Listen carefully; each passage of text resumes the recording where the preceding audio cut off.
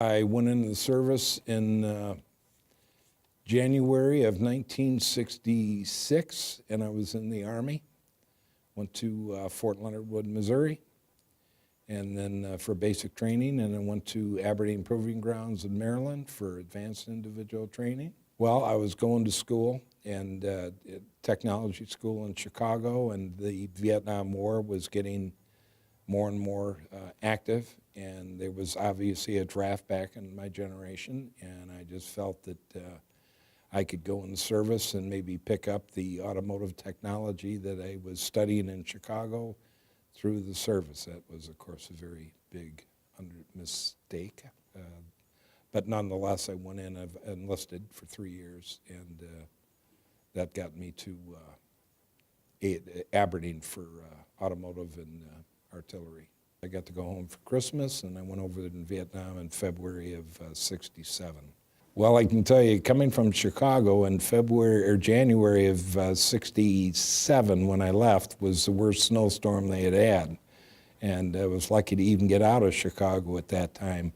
So we were probably dealing with about 10 degrees above zero and a hell of a snowstorm. And then 2 days later, I'm sitting at about 110 degrees. And when we landed, just before we flew into Benoit Air Base, there was all kinds of black smoke. It was early in the morning and fire everywhere. And I thought, oh my God, what are we getting into? And we have no weapons. We're in our khaki uniforms, and it turns out that was the time they, excuse my French, but burned shit.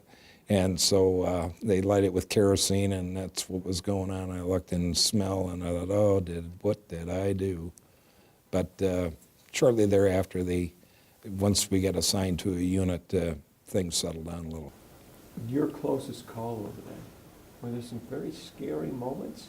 I would say right after I got there in the replacement depot, there was incoming mortar attack, and probably the thing that helped me as far as being a sober soldier was we had no weapons, and we were told to go into a bunker.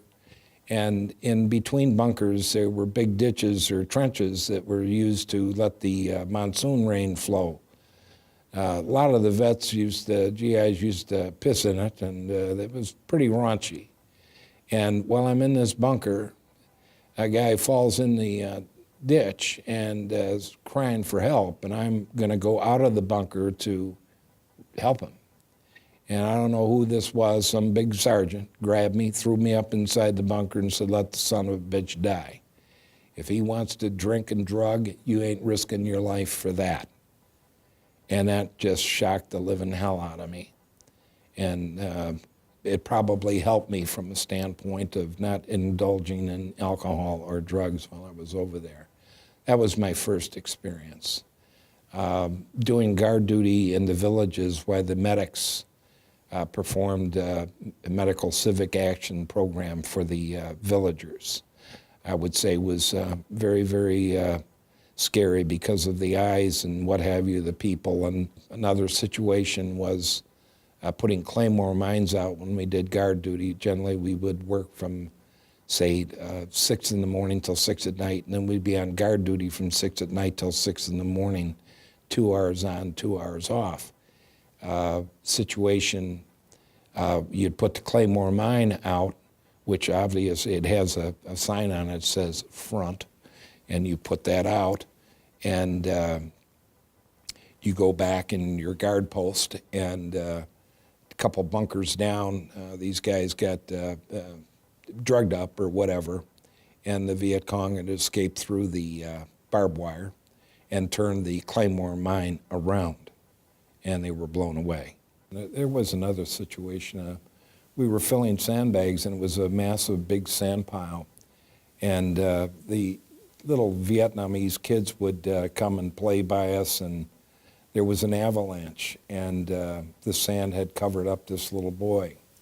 And I and 3 others tried to dig with our hands to save this poor young lad. And as it turned out, by the time we got to him, he was dead. And so we carried him up to the village, and I just couldn't believe it. Nobody really wanted to claim him. I mean, that was a very hard thing. I came from a family of 9. I'm 8th out of 9 kids, and my sister's married and had kids, and still we start seeing this with the children. Another situation was in the village that I was at in Phuc Vinh. I was very fortunate to be able to be around children, and one of the young lads, Chi was his name, probably about 8 or 10 years old, and just a great little guy, and they called me Cowboy, and I'd bring candy or stuff that we got from home. And the next day I couldn't find Chi, and it turned out his father was beheaded and his head was put on a stake outside the village to let the people know that you're not to cooperate and help our U.S. Army. Those were things like that. So, you know, taking all this stuff in and then coming home quickly. I was due to come home on February 12th. We all knew what our discharge, the date of return was. And this was right after the Tet offense had started. And on February 7th, I got a call from my company commander. I got 2 hours. You're going home. And I thought, this is, in one breath, this is absolutely wonderful. And as life progressed after Vietnam, and I know I'm jumping the gun, but it was years later, one of my son's friends went to the Vietnam Wall in Port Washington, and that particular wall was the first time it had come in our Milwaukee area. I knew where it was at. I could afford to go. I had the time to go, but I couldn't go. And that really, really bothered me. But my son's friend, about 12, 14 years old, comes back with an etching. And he said, oh, Mr. Campbell, I'm so proud of you. And for what? Well, I brought this etching from the wall for you. The only thing is, there were 2 Joseph Campbells. I wasn't sure which one was you. And I'm thinking, young man, this is not a wall about the living. And so that was the first time I went on the internet and to the virtual wall to take a look. And I found Joseph Campbell. And he was killed the day before I left.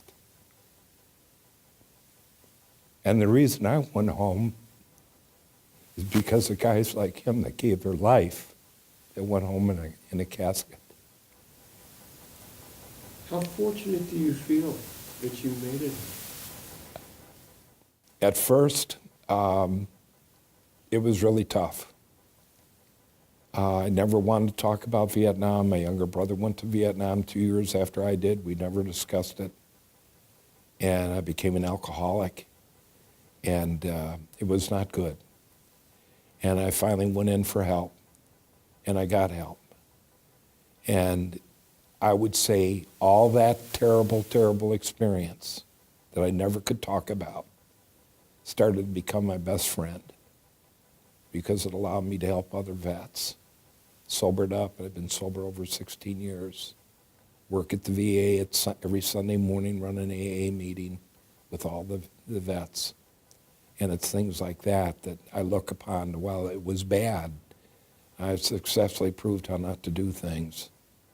And so my experience, while it was not good, and I don't think it was good for anyone to go from an environment where we might get in trouble for hitting our brother or hitting a neighborhood kid, to an area where it was life or death. And I would just say that looking back, that experience has become my best ally.